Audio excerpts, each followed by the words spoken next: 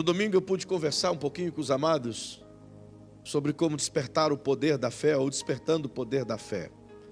Nós nos baseamos no texto de Jesus em Lucas, no capítulo 17 e o verso 5, onde os discípulos fizeram-lhe uma pergunta, ou melhor, um pedido, dizendo: Senhor, aumenta-nos a fé. E Jesus lhes deu uma resposta não muito agradável aos ouvidos deles, comparando a fé que eles tinham a um grão de mostarda. E ele fez isso não em um sentido de ridicularizar ou de fazer com que os discípulos se sentissem diminuídos, mas que eles pudessem realmente perceber como eles estavam em relação à fala anterior de Jesus acerca do perdão. E o que Jesus estava na prática querendo enfatizar aos discípulos não era o tamanho em si da fé que cada um tem, mas é a extensão da eficácia dessa fé. É por isso que ele disse: se você tiver fé do tamanho de um grão de mostarda, você dirá a esse monte: sai daqui e lança-te no mar, e isso lhe acontecerá. Portanto, a eficácia é mais importante do que o tamanho que se tem. A ideia de Jesus é fazer compreender que se uma fé mínima quanto um grão de mostarda é capaz de mover uma montanha, ela é muito mais capaz de perdoar milhões de pecados ou de ofensas nas quais recebemos. Mas baseados também na carta do apóstolo Paulo aos Romanos, no capítulo 3, o verso 31, inicialmente, eu vos falei acerca da lei, de quando a lei veio, e vos disse que para viver a lei era necessário ter fé. É por isso que a fé veio antes da lei, e entendemos isso pela palavra do Senhor. Procuramos compreender que sem a fé é até impossível obedecer à lei, segundo o que Paulo nos ensina. Uma vez que a fé veio antes da lei, vos disse que Deus ministrou a fé por meio de Abraão e tornou ela palpável a todos nós. E fez isso para que ele pudesse ser o pai da fé, e consequentemente o pai das nações, e consequentemente nosso pai. Portanto, isso significa que vos levei a compreender o real sentido da fé, baseado na carta aos Hebreus, no capítulo 11, o verso 1. E dito isto, vos falei que a fé, ela não foi feita para operar no passado e nem no futuro, mas que a verdadeira operação da fé é no presente. Fé que opera no passado e opera no futuro não existe, não é fé. A fé viva e eficaz é a fé do presente, que você acredita nas coisas agora, que você tem as coisas agora, mesmo sem vê-las. Isso é a fé que a Bíblia nos ensina. Mas também vos pude levar a compreender o significado dessa certeza dentro de nós. E com base nessa tentativa, levei vocês até o livro de Judas, a carta de Judas, e nos baseamos acerca de alguns versículos que Judas trabalha precisamente. E começamos desde o versículo 11, fomos até o versículo 20. E vos pude falar isso porque a preocupação de Judas é latente em nos ensinar acerca da defesa da fé. A fé que também vos disse que é um presente de Deus, é uma dádiva que Deus deu a cada um de nós. Cada pessoa que está aqui esta noite recebeu de Deus uma porção da fé. Judas disse isso no versículo 3 do seu livro. E ele disse não somente o fato de Deus ter dado o privilégio da fé, mas ele sentiu necessário exortar os irmãos a proteger a sua fé, mediante a massiva força humana da manipulação da fé. Inclusive vos falei desse período de hoje, onde a fé é mais manipulável do que qualquer outra coisa. E as pessoas são sugadas por meio da manipulação religiosa da fé. Com base nisto, nesse entendimento de Judas, eu pude levar vocês a compreender o que Paulo escreveu na carta dele aos Romanos, no capítulo 3 e o verso 27.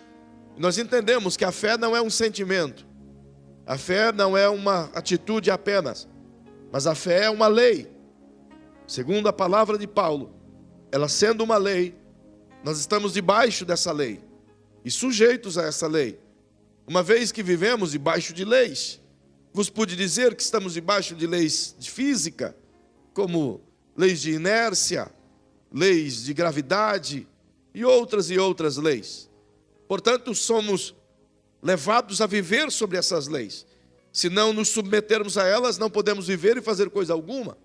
E compreendemos, portanto, que se a fé é uma lei, então, obviamente, precisamos compreender o funcionamento dela, para que ela se torne real e praticável dentro de nós. Uma vez que a Bíblia traz-nos de bom grado, com bastante ênfase, que vivemos debaixo de leis. Sim, não embora da lei judaica, da Torá, mas como disse o apóstolo Paulo, Cristo foi o cumpridor da lei. E nós não estamos mais debaixo da lei de forma alguma, mas estamos debaixo da lei de Cristo. Paulo escreve isso de maneira bem clara para todos nós. Não vivemos aleatoriamente. Lá em 1 Coríntios, no capítulo 9, verso 21, ele diz que estamos sujeitos, condicionados à lei do Cristo. E a lei do Cristo baseia-se na premissa maior do que é a lei do amor. É por isso que Paulo escreve aos Romanos, no capítulo 13, verso 10, acerca disso. Que todo o cumprimento da lei é o amor. E não há nada mais poderoso do que o amor para poder viver a fé, em detrimento dela ser uma lei. Perceba, portanto, que baseados nisso, estamos sujeitos às leis que a Bíblia expõe debaixo desse amor. Como, por exemplo, lei da colheita, lei da semeadura, a lei da salvação, que é o fato do crer, da justificação que o Cristo opera em nós, e assim por diante. Leis cuja palavra nos ensina. Também vos pude mostrar que a fé é tão importante e ela é uma lei tão eficaz que não é possível viver sem ela. É por isso que Paulo escreveu aos Romanos no capítulo 14, o verso 23, dizendo que tudo aquilo que não é da fé ou que não é feito por fé é um pecado. Partindo desse princípio, parece que a vida torna-se um pouco mais difícil de ser vivida, mas ao contrário, ela torna-se um pouco mais fácil de ser vivida, justamente porque Paulo disse em Romanos 1,17 que o justo viverá da fé, de fé em fé. Outra vez ele disse que se ele recuar, o Senhor não tem prazer nesse, justamente porque é por meio da fé que somos justificados, e é por meio do Cristo que recebemos a fé. Então ele faz tudo em nós e nos prepara de todas as formas. Logo, estamos debaixo dessa lei. Então, precisamos entender como essa lei funciona, como podemos liberar essa fé em nós, como que ela pode transformar a nossa vida e fazer com que alcancemos coisas, benefícios, ou que vivamos bem sem as coisas e sem os benefícios. Essa é a fé divina. Portanto, é necessário compreendê-la para vivê-la. Hoje eu quero rapidamente te levar a uma escola bíblica aqui. Queria que você pegasse a tua Bíblia e ficasse com ela na mão. E a gente vai passear aqui. Entender alguns textos bíblicos e verificar em Deus o que a palavra nos ensina. Para conhecer e para entender a liberação da fé, eu preciso primeiro te mostrar quais são os inimigos da fé. E existem inimigos da fé. Como eu estou vendo muita gente com papel e caneta, anote os inimigos da fé. E o primeiro inimigo da fé se chama medo. Diga comigo, o medo é o primeiro e poderoso inimigo da fé. Por que o medo é o inimigo da fé? Sabe, ele é tão eficaz em si mesmo, porque a primeira coisa que o medo faz, eu não estou dizendo apenas o medo de fantasma, ou o medo da morte, ou o medo de ficar pobre, ou o medo de ficar rico. Quer dizer, acho que ninguém tem, né? O medo, de um modo geral, em si mesmo, em todas os qualitativos que você pode dar ao medo, ele gera, em primeira instância, é o maior gerador da dúvida. O medo é a nascente da dúvida. O medo é que faz você pensar, será? O medo é que provoca, e se não der certo? O medo é que te pergunta, tem certeza? Dá para confiar em Jesus mesmo? É o medo que faz você olhar o vento o barulho do vento. Não dá para ver o vento, mas dá para ouvir o seu barulho e sentir o seu toque. Mas dá para você ver as ondas altas movidas pelo vento. Então olhar as circunstâncias é o medo que te leva. É o medo que nos faz olhar sempre para o tamanho do Golias. É o medo que nos faz perceber sempre a grandeza do exército inimigo. É o medo que nos leva a ver a quantidade de pessoas que tem para jantar. É o medo que nos faz ver o tamanho do problema e não aquilo no qual a gente apoia a fé. O medo, ele diminui Deus e aumenta a dúvida. Pode perceber, tudo que você gera medo se transforma em dúvida. Desde as mínimas coisas. É ou não é verdade? Além do medo promover a dúvida, ele também assassina os sonhos. Sabe, ele mata a capacidade que o ser humano tem de sonhar. Isso é tão cruel, porque quando falo de sonhos, não falo de sonhos de barriga cheia. Não falo dos sonhos das muitas atividades, como a Bíblia diz. Das muitas atividades do dia, são os sonhos à noite. Mas eu digo dos sonhos que você sonha de acordado, de olho aberto. Sabe? Pelo menos eu sou um cara sonhador e chame-me do que quiser, eu sou mesmo. Eu sonho cada loucura e até dormindo eu sonho loucuras. Mas os sonhos que eu tenho em Deus sempre alcançam o coletivo. Nunca tenho, pelo menos depois que me tornei filho do reino, não mais construir sonhos dentro de mim que beneficiem apenas a mim mesmo, mas sempre a partir de mim para o coletivo. E eu sonho mesmo. E você pode elencar grandes sonhos dentro do seu ser. Deve. Só que o medo te faz paralisá-los. O medo da grandeza daquilo te faz aniquilar. É por isso que eu ensinei ontem aos líderes que Deus nunca te dá uma visão completa por um todo, de momento. Mas Ele vai te dando por etapas, para não gerar o medo. Porque o medo assassina a visão. Então Deus prefere te dar um esquema aos poucos. Assim como fez com José, com Abraão, com Isaac, com Jacó, com Moisés, com Davi, com Sansão.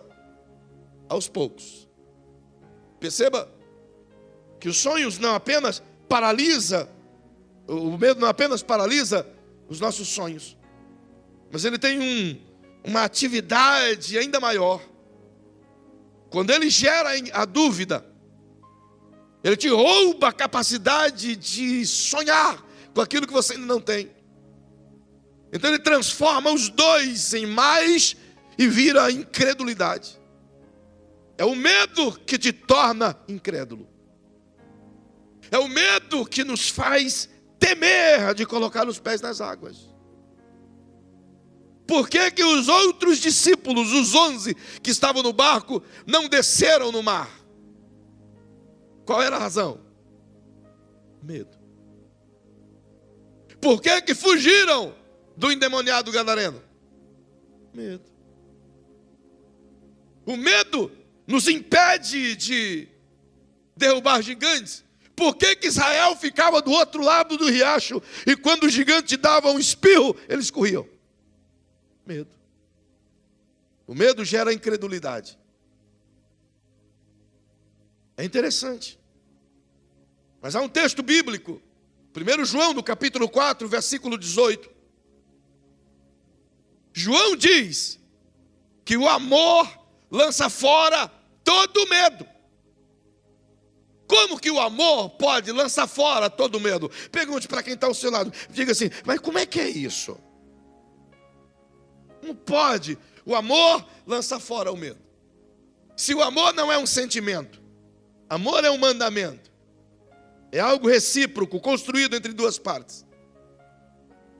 Ora, quem escreve sobre isso é um cara que era conhecido como amigo de Deus, como discípulo que Jesus amava. Ele chama as pessoas nas suas cartas de meus filhinhos. Ele reclinava a cabeça no peito de Jesus. Ele era íntimo das coisas de Deus. Se tem alguém que é protótipo de amor, é João. E o que ele quer dizer com isso? Ele quer dizer que o amor leva a um profundo vínculo de confiança. Escreva ou diga para alguém que está pertinho de você. Diga, o amor nos leva a um profundo vínculo de confiança. Ele está esboçando isso com base no relacionamento que ele tem com o pai. E com base no relacionamento que os pais têm com seus filhos. Vínculos de confiança são gerados entre pais e filhos. A Ana Júlia, por exemplo, eu sei que ela me ama. E muitas outras crianças aqui também. Mas ela não confia em mim tanto quanto confia no pai. É ou não é verdade? Qualquer um de seus filhos pode amar qualquer outra pessoa, mas ele não vai confiar em alguém mais do que confia em você. Por que há esse vínculo de confiança? Amor. O que João está dizendo é, um relacionamento com Deus vai me gerar confiança plena nele. Então o medo se esvai, porque ao lado de mim está o Pai. Como é que você pode ter medo, sabendo que o Pai está do teu lado? Eu não sei se você foi criança pequena valentona. Eu fui. Baixinho, barrigudinho, cabeçudo e valentinho. Uma barriga de soro da bexiga. Que negócio assim. Era do tamanho da minha cabeça. É só olhar minhas fotos. Não é, meu bem? É um sambudo, a gente dizia de sambudo. Perna fina, barrigudo, cabeçudo. Coisa horrorosa. Tinha tanta lombriga que elas disputavam espaço. Blá, blá, blá, blá. Uma delas eu coloquei o nome de Giselda. Era a mais velha da família. Nesse tempo, pobre, feio, cabeçudo, barrigudo, mas era briguento. Como é que pode? E era um curruíla. Só que eu sempre fui esperto. Sempre gerei amizade com gente grande. Não é à toa que eu tenho amigos grandões. Olha o tamanho do pastor Paulo, do pastor Ricardo. E eu tinha um amigo que estudou primário, né? O primário inteiro comigo, até quando eu me formei na 8ª série. Por que vocês estão falando isso? Eu sou perito, eu fiz ela 4 vezes, sei tudo sobre a 8ª série. Eu me formei lá, nem precisa mais nada. Mas esse amigo estudou esse tempo todo, e ele é enorme, chama Antônio Pascoal. E ele, todas as vezes que eu gerava confusão, eu corria para pertinho dele. Ninguém vinha mexer comigo, irmão, porque o Toninho estava do lado. Mas quantas vezes o Toninho foi embora mais cedo? Meu irmão, quantas surras que eu levei. E às vezes os caras me pegavam na carreira, ficava chinelo para trás e nego, ó, pau. Moleque besta. E no outro dia eu provocava de novo. Já viu tonto? É assim, tonto. Entretanto, quando eu estava junto dele, eu me sentia um gigante. Eu não tinha irmão mais velho, mas eu tinha um amigo mais velho. Só que olha para quem está do teu lado e diga, fica tranquilo, porque você tem um irmão mais velho e bem mais forte que você. Ele diz assim, ó, eu estou convosco todos os dias. Então por que teria eu medo se o valente dos valentes está comigo? É por isso que João diz, o amor lança fora todo medo, porque o seu relacionamento com ele vai lançar fora essa preocupação. Mas perceba que existe um segundo inimigo da fé. É a falsa ideia de que o milagre de Deus depende de mim em algum momento. A falsa ideia de que para Deus operar, Ele precisa de mim em algum momento. Tolo. Quem disse que Deus depende de mim para fazer qualquer outra coisa? Ele é Senhor absolutamente soberano. Na canção muito bem cantada esta noite, se Ele curar, Ele é. Se Ele não curar, Ele continua. E quem é que vai questionar? Quem é que vai peitar Deus e dizer, escuta aqui, chefão? Quem? Quem vai se atrever a colocar Deus contra a parede? Como a criação pode questionar o Criador? Jamais. Ele faz o que Ele quiser, como Ele quiser, em quem Ele quiser. É por isso que a Bíblia diz que o poder é dele, a glória é dele, a honra é dele. É dentro desse contexto que muita gente se perde. A falsa certeza de que os milagres dependem do meu mérito, de que eu tenho que dar uma ajuda para Deus fazer um milagre. Então eu não tenho coragem de orar por alguém que está enfermo, porque vai que eu não curo. Não é? Se eu dissesse a vocês aqui esta noite, eu estou sentindo que tem alguém passando por um problema gravíssimo aqui, e eu queria que você viesse aqui à frente agora. Tenho certeza que pelo menos 4 ou 5 pessoas sairiam do seu lugar e viessem aqui. Então eu afirmo um pouco mais. Eu estou sentindo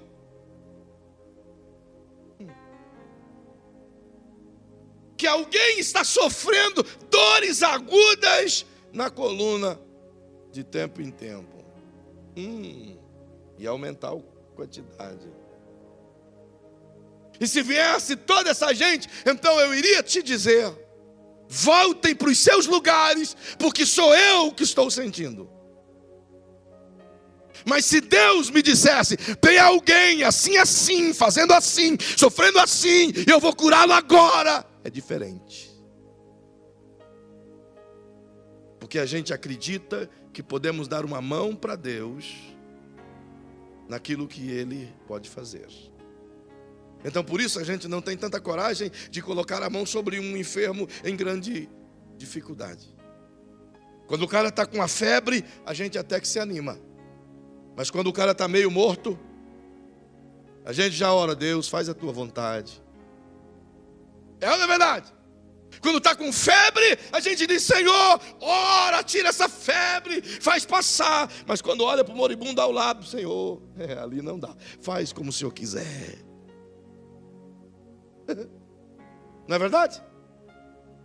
Porque a gente acha que depende de nós. Depende da nossa oração. Deus faz milagres, escuta isso. Faz bênçãos, maravilhas, operações poderosas em nós. De forma gradual. Baseada em 2 coisas que Davi diz. Bondade e misericórdia. Ele escreve isso no Salmo 23, verso 6, dizendo, certamente que a bondade e a misericórdia do Senhor me acompanhará por todos os dias da minha vida. Bondade é graça. Misericórdia é o favor de nos tirar do lugar que merecíamos estar. São esses 2 elementos de Deus que agem em favor de qualquer pessoa.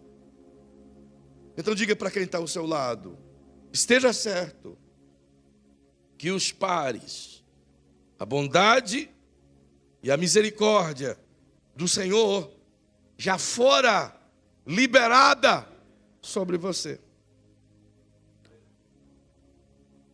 Por que não depende dos méritos meus ou do meu empenho? Tem gente que acredita que Deus vai ouvi-lo e o milagre vai acontecer. E ele anda e chega, quando pega o microfone, ele fala legal, fala normal. Mas quando pega o microfone, ele diz: ó Deus, Deus de milagre.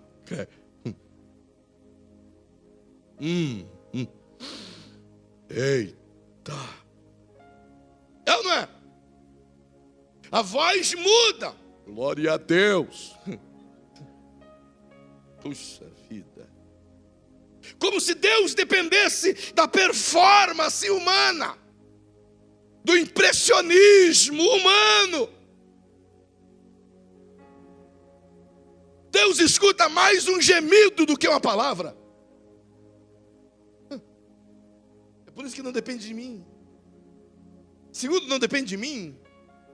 Diga para quem está pertinho de você: não depende de nós, porque tudo Ele já fez por nós. Olha o que Paulo escreveu aos Efésios. Vai lá na sua Bíblia, viaja aí. Aos Efésios, capítulo 1, verso 3 ao 6. Olha o que esse texto diz. Melhor, vamos ler. Aliás, até os 5. Embora o 6 é tão pequenininho. Bendito seja o Deus e Pai de nosso Senhor Jesus Cristo, o qual nos abençoou com todas as bênçãos espirituais nas regiões celestiais em Cristo, pois nos elegeu nele antes da fundação do mundo, para sermos santos e irrepreensíveis diante dele. Em amor nos predestinou para sermos filhos de adoção por Jesus Cristo, para si mesmo, segundo o beneplácito da sua vontade, para louvor e glória da sua graça, o qual nos deu gratuitamente no amado. Diga melhor para quem está pertinho de você: Jesus já fez tudo por você. Se Ele já fez tudo, Ele deve ter liberado isso em algum lugar. Olha o que Pedro escreve, já citei isso tantas vezes, mas lembre-se. Segundo Pedro, veja o que esse homem do Senhor quer nos ensinar de forma tão poderosa. Quando Pedro escreve isso, ele está nos dando uma liberdade. Segundo Pedro capítulo 1, verso 3 e 4. É uma escola, vai anotando aí. Diz ele: Jesus, o seu divino poder nos deu tudo que diz respeito à vida e à piedade, pelo conhecimento daquele que nos chamou por sua glória e virtude. Desse modo Ele nos tem dado grandíssimas e preciosas promessas, para que por elas vos torneis participantes da natureza divina, havendo escapado da corrupção que pela concupiscência há no mundo. Ele diz: mas Deus, o verso 5. Aliás, o verso, volta, verso 3, por favor, desculpa. Seu divino poder, eu queria que você dissesse só essa frase. Diga: mas Deus, no seu divino poder, nos tem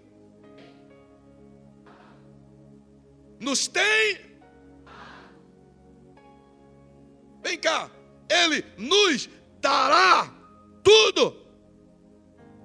O que Ele tem feito? Ele nos tem dado em que tempo? Então olha para quem está ao seu lado e diga: todas as bênçãos compradas nas regiões celestiais por Cristo Jesus, Ele já te deu.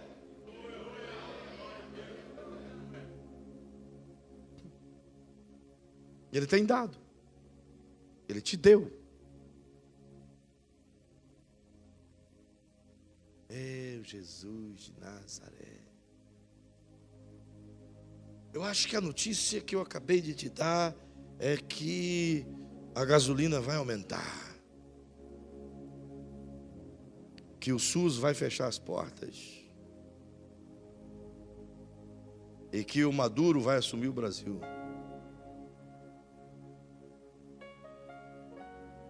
A notícia de o Maduro assumir o Brasil te arrancou mais alegria do que a notícia de que ele já te deu tudo. Então eu vou te dizer de novo. Deus, pelo seu único, poderoso e divino poder, tem lhe dado tudo que diz respeito à vida. Meu irmão, é por isso que a gente não consegue viver ou receber. Primeiro, nós não conhecemos o que Ele nos tem dado. Segundo, não conseguimos crer no que Ele tem dado. Se não, percebam. Evangelho de Mateus, no capítulo 6, verso 9. Jesus disse: vós orareis assim: ó Pai nosso que estás no céu, santificado seja o vosso nome. Vocês não sabem o Pai Nosso?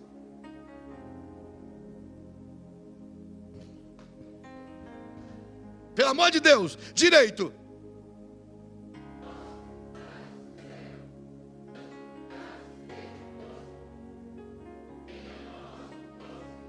Quer? Venha. Venha. No reino, como já vos disse, tem tudo que você precisa. É ou não é? Então o que diz o verso 31 do mesmo capítulo? Buscai, 33, buscai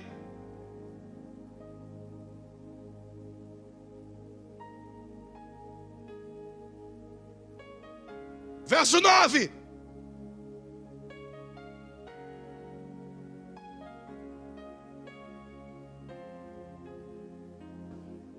Verso 33.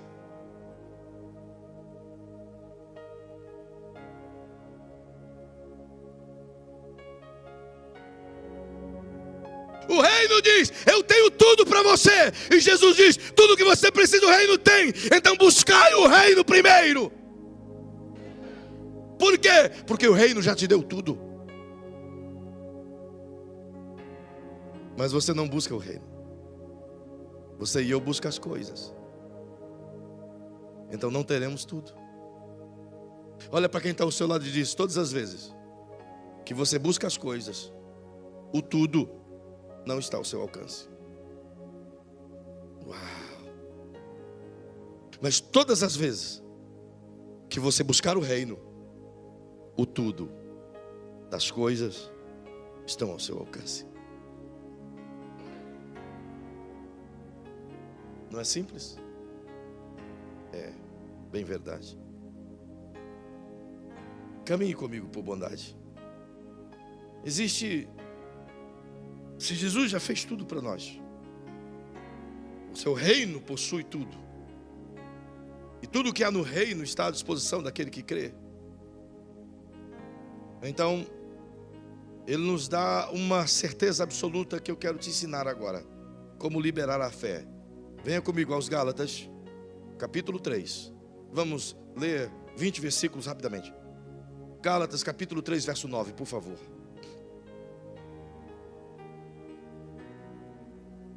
Aos Gálatas, capítulo 3, verso 9. Diz: de modo que os que são da fé são abençoados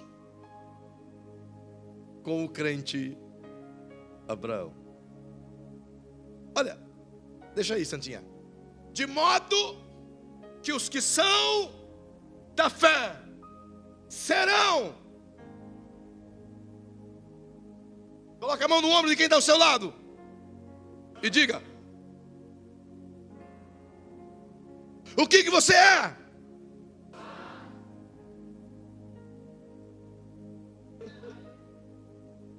Então você não será abençoado.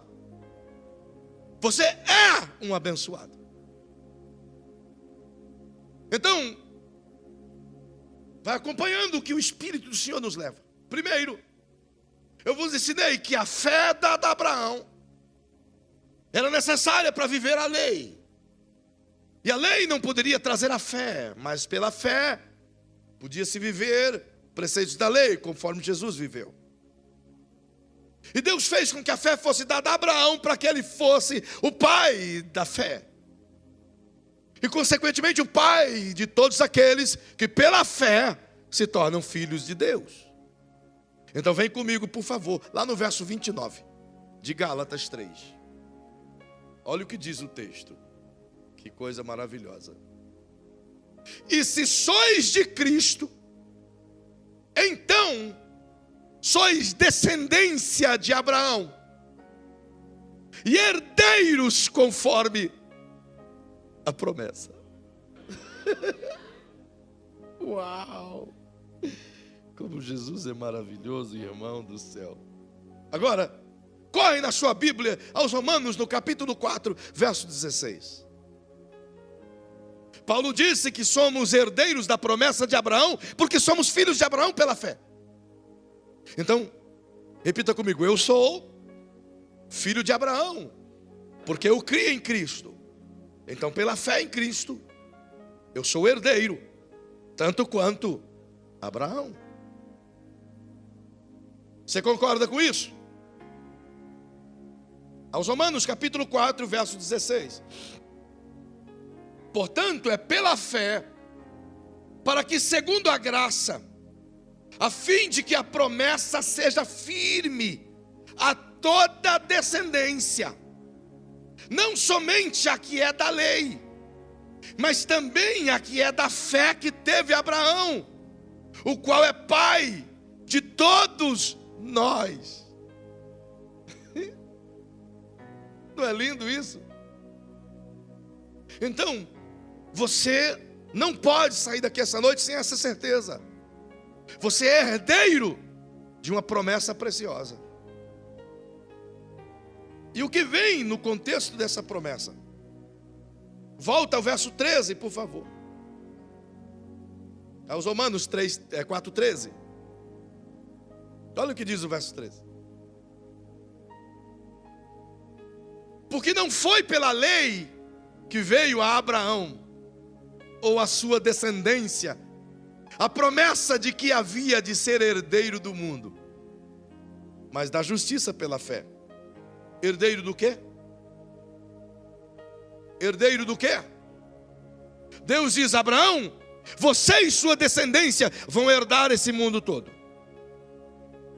Mas Paulo escreveu aos Efésios, no capítulo 1, versículo 3 ao 6, dizendo que Cristo nos abençoou com todas as sortes de bênçãos espirituais nas regiões celestiais.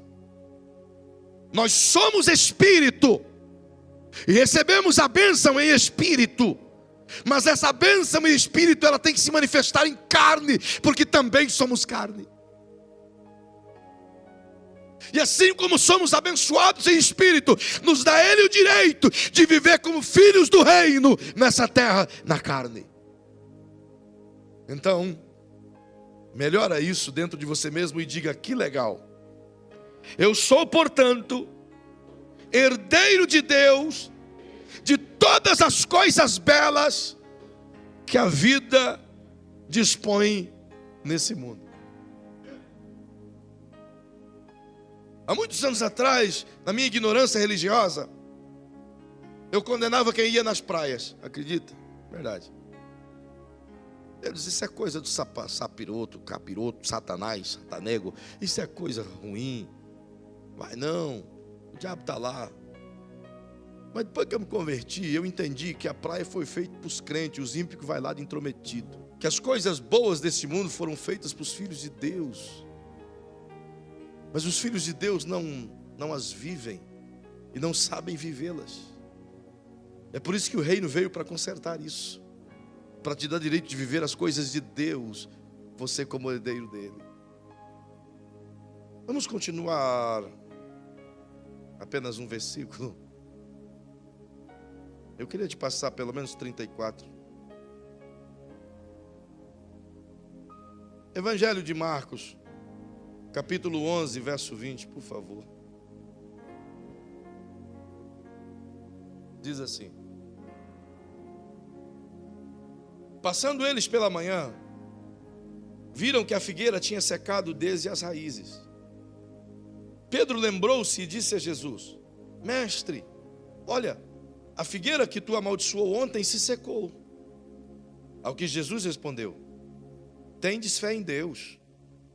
Em verdade vos digo, que se alguém disser a esse monte: ergue-te e lança-te ao mar, e não duvidar em seu coração, mas crer que se fará o que diz, lhe será feito. Por isso vos digo que tudo o que pedirdes em oração, crede que recebestes, e será vós. Que coisa linda, que coisa linda. Atente para os detalhes. Jesus passou o dia anterior e olhou para aquela figueira, quis comer um figo dela, não teve. Então ele queria dar uma lição de fé nos discípulos. Ele abriu a boca e disse: nunca mais nasça fruto de ti. A figueira começou a secar desde as raízes até o último galho. No outro dia eles passam por lá e ficam estarrecidos porque aquilo não aconteceu. Então Jesus mostra para eles algo maravilhoso. Verso 23, na primeira frase, Jesus diz assim: em verdade vos digo que se... Lá o texto diz: em verdade vos digo que qualquer. Ele disse qualquer. Ele disse outra vez. Outra vez. Qualquer pode ser alguém. Qualquer pessoa. Alguém desconhecido. Não precisa ser o sacerdote, nem o pastor, nem o profeta, nem o líder. Pode ser quem? Então olha para quem está ao seu lado e diga: qualquer. Eu e você. Então olha para essa pessoa e diga: você pode. Porque você é alguém. Qualquer. É ou não é? Ele disse: qualquer pessoa pode fazer isso.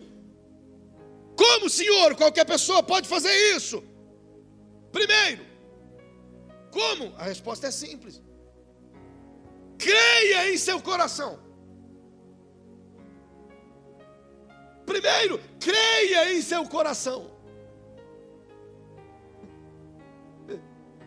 Uau. Segundo, não duvide. Terceiro, creia que já. Aí a gente ora assim: Senhor, oh Senhor, faz isso aqui, Senhor, olha, vai acontecer, faz lá, Senhor. E a sua mente está pensando lá na frente. Então há uma discrepância aqui. Porque não dá para você trabalhar o que Jesus está dizendo em discrepância, se não percebam. Vai comigo rapidamente aos Romanos, no capítulo 10. Verso 8 ao 10. Eu vou adiantar textos aqui. Mas que diz? A palavra está junto de ti. Está na tua boca e no teu coração. Isto é a palavra da fé que pregamos. Por quê? Se com a tua boca confessares a Jesus como Senhor, e em teu coração creres que Deus o ressuscitou dentre os mortos, será salvo. Por quê? Olha, presta atenção nisso aqui e coaduna-se com o que Jesus disse. Por quê? Ou, pois, é com o coração que se crê para a justiça, e com a boca se confessa para a salvação. Primeiro você crê, depois você fala. Se você quer algo, primeiro tem que existir aqui, para depois materializar aqui. Primeiro tem que ser palpável aqui, para depois materializar aqui. Se ser palpável aqui e não materializar aqui, é só um sonho. Então não dá para eu dizer a Deus: Deus, eu quero ser abençoado, Senhor, e dentro da minha alma esperar que o amanhã eu seja. Há uma discrepância. Se a minha boca dizer: Senhor, me abençoa, ele está entendendo, é agora. Mas se no meu coração eu estou dizendo: Senhor, o meu problema é daqui a 10 dias, então há uma discrepância. Porque a fé não trabalha no futuro, ela trabalha no presente. Você obtém as coisas do futuro no presente. Você alcança as coisas de Deus do futuro no presente. É por isso que o escritor aos Hebreus disse: a fé é o firme fundamento das coisas que se esperam, e a certeza das coisas que não existem. Você ainda não consegue ver, mas você já tem. Você ainda não consegue apalpar, mas aqui dentro você já tem. É possível. Sem dúvida é possível. Eu me lembro da primeira casa que eu e minha esposa construímos. E a gente teve fé, mas foi uma fé pequena, né, meu bem? A gente podia ter uma fé maior naquele período. Na verdade, podia ter exercido mais. A gente foi tímido. A gente não tinha nada. Nem um jegue para puxar para o rabo. Nada. Então, pagávamos aluguel, 10 anos pagando aluguel. E um dia, eu queria viver essa fé. Isso já faz muitos anos, muitos anos. Então eu disse a ela: vamos crer, e Deus vai nos dar uma casa. E nós morávamos em uma casinha que tinha um fundo todo cheio de calçada e ratos. Muitos ratos. Coisas lindas. Maravilhosos. Eles entravam para os quartos e era festa, irmão. Coisa maravilhosa. Enfim, muitos. E aquela calçada toda, ela era estreita. Mas eu me lembro como hoje. Eu fui lá. Então eu desenhei a casa no chão. Só que eu fiz os cômodos muito pequenos. Que o espaço era pequeno. Mas eu fiz, naquele espaço, eu deveria ter ido numa data vazia e teria feito ela numa data vazia. Mas eu escrevi num giz no chão e fiz os quartos. E comecei a andar por eles, dizendo: Senhor, é desse jeito aqui que nós vamos fazer, ó. Desse jeito aqui, ó. Entra aqui, ó, Senhor, eu vou abrir a porta, ó. Viu? Abri. E foi exatamente assim que 2 anos depois nós fizemos. Então hoje eu me lembro, eu podia ter feito uma mega casa. E eu fiz uma pequena casa. E Deus honrou exatamente aquilo que eu acreditei que era para ser. A casa que a gente tem hoje é o que ela planejou na mente dela o tempo todo, e falando com Deus. Até a cor, até o jeito de entrar, de sair, os móveis, tudo.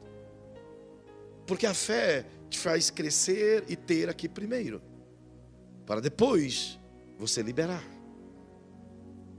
Jesus está dizendo aqui: qualquer pessoa pode fazer isso. Basta crer, não duvidar. Então eu aprendi a orar. E eu oro assim: Senhor, obrigado por ter me ouvido.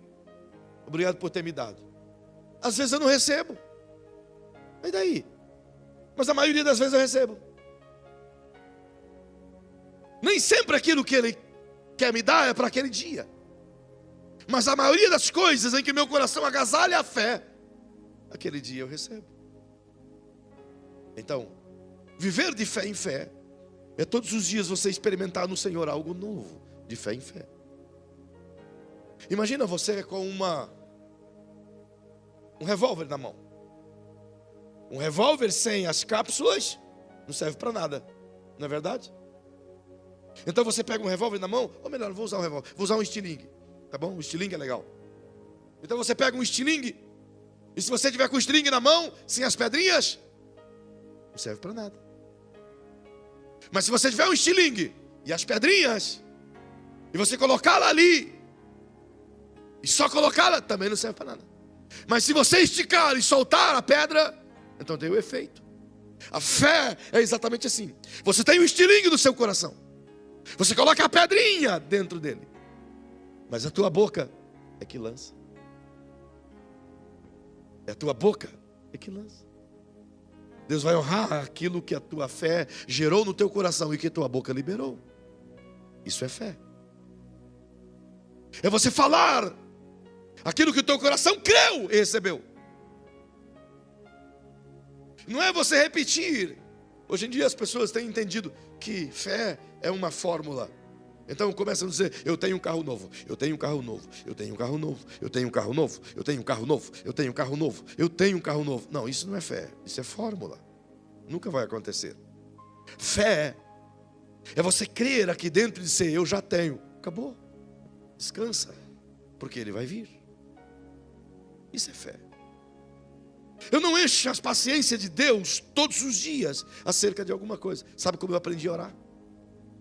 Quando eu quero alguma coisa específica do Senhor, de grande porte, primeiro eu alimento meu coração com aquilo tudo.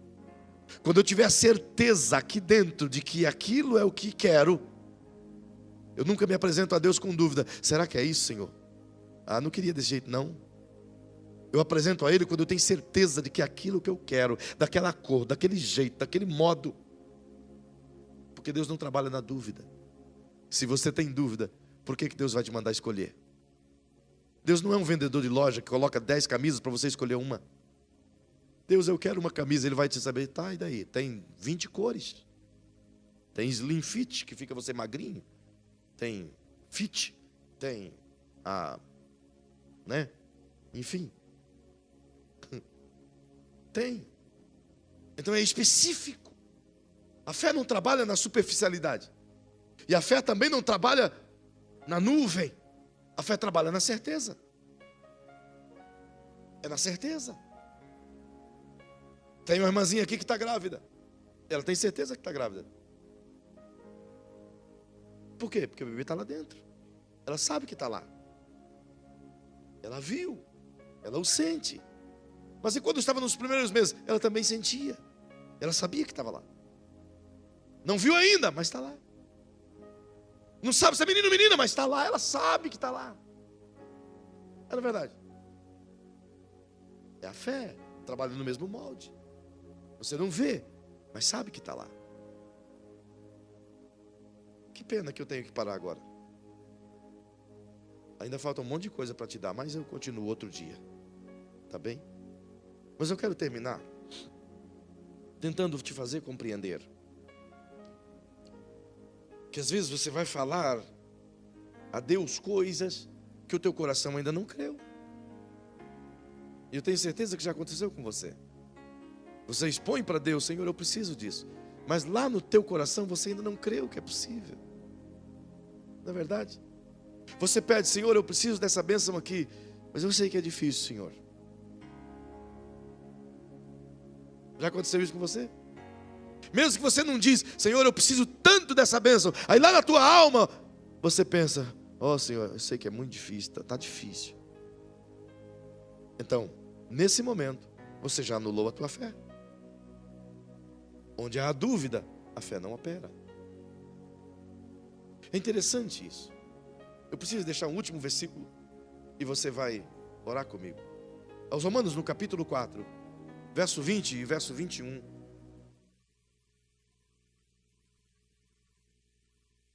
Eu menti para você, eu preciso deixar pelo menos mais 2. Olha o que diz. Contudo, está falando de Abraão. Contudo, à vista da promessa de Deus, não vacilou por incredulidade.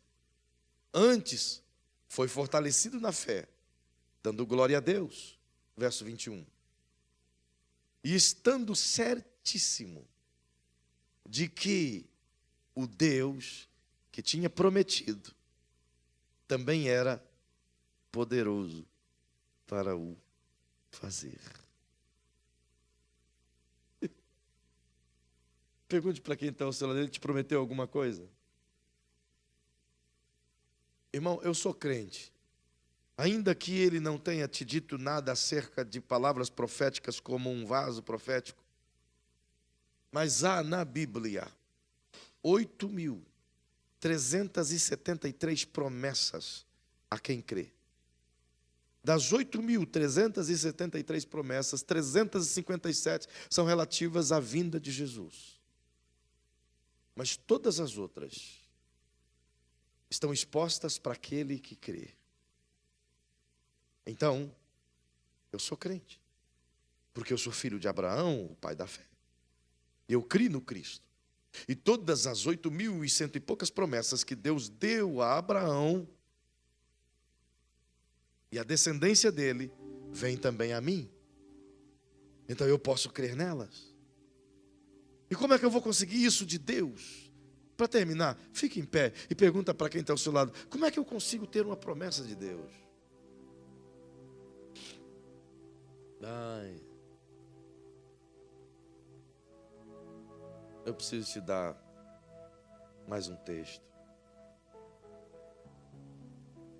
Ó céus, ó vida. 2 Coríntios, capítulo 1, verso 20.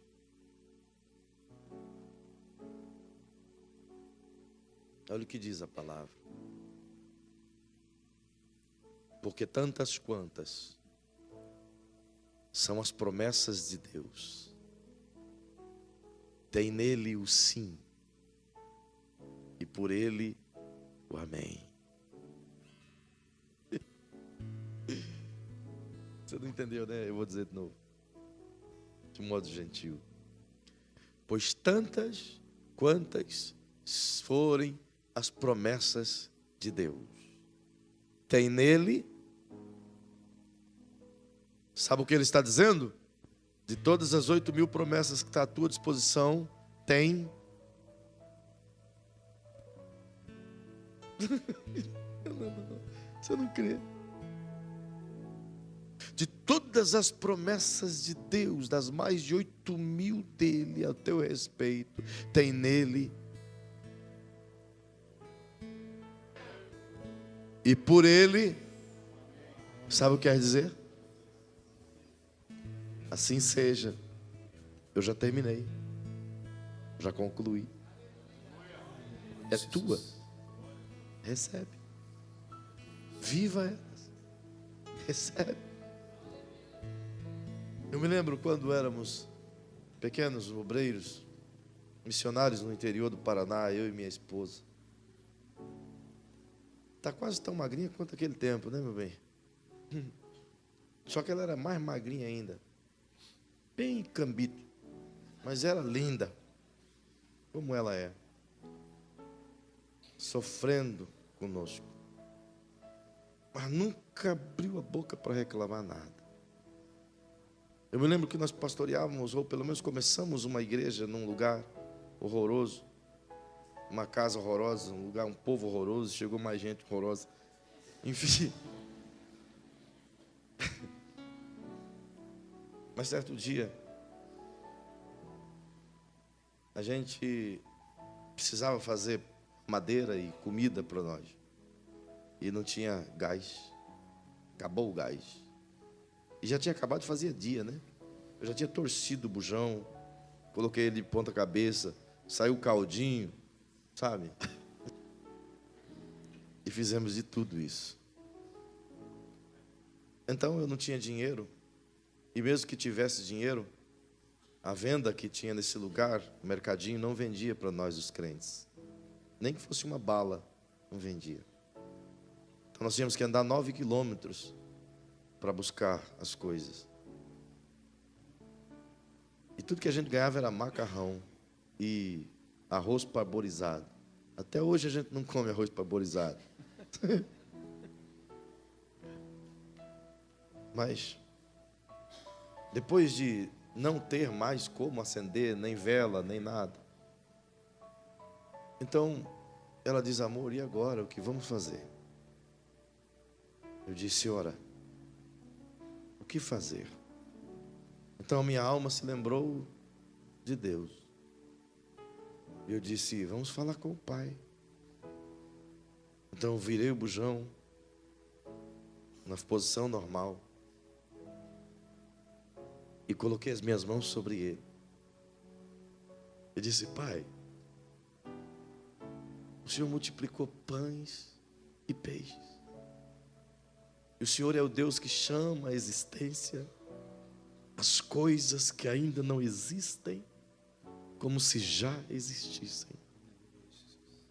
Então, resolve esse problema para nós. Amém. Eu falei, meu bem, faz uma madeira. Ela foi lá no fogão.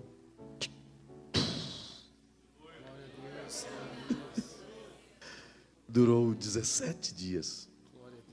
Até que ganhamos um outro gás. Quando ganhamos o gás e chegou na porta de casa, aquele acabou. Porque o que é um gás para Deus? Outro dia ela suspirou dentro de casa, lá nesse lugar. Ela diz, oh amor, que vontade de comer um pãozinho francês com mortandela.